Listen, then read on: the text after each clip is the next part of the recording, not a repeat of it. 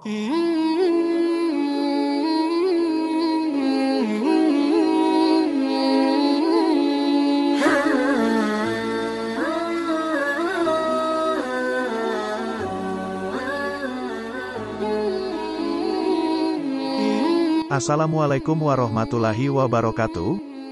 Tahukah Anda, dalam tradisi tasawuf Nahdlatul Watan dikenal 3 macam hizib, yakni hizib Nahdlatul Watan, hizib Nahdlatul Banat, dan thoriqoh hizib Nahdlatul Watan.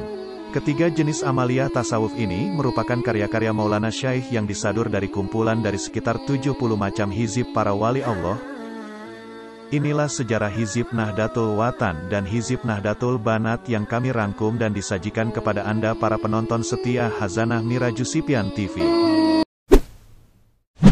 Hizib Nahdlatul Watan dan Nahdlatul Banat lahir sebagai bentuk permohonan kepada Allah Subhanahu wa Ta'ala untuk mempertahankan keutuhan Madrasah NWDI dari penentang sistem madrasah pada saat itu, orang-orang yang hasad, dan bahkan dari Jepang yang ingin menutup madrasah tersebut.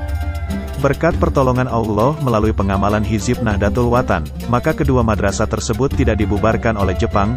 Sementara di pihak lain, sekitar 60% madrasah dan sekolah agama di Indonesia telah dibubarkan atau membubarkan diri.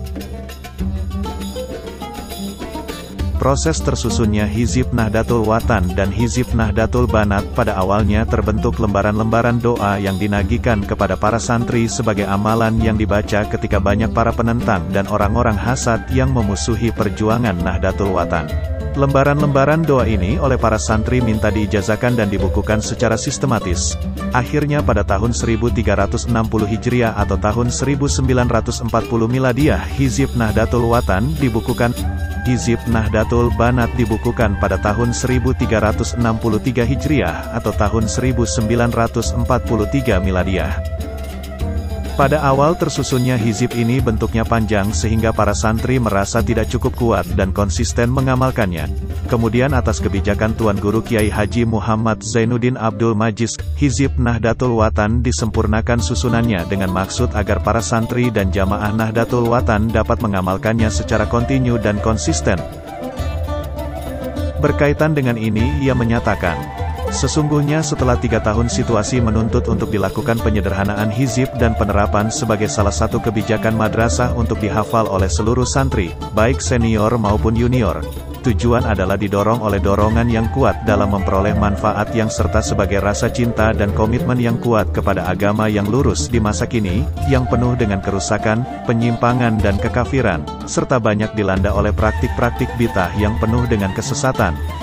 Sementara hizib Nahdlatul Banat sejak awal memang disusun dalam bentuk yang ringkas dan tidak pernah dilakukan penyederhanaan seperti hizib Nahdlatul Watan.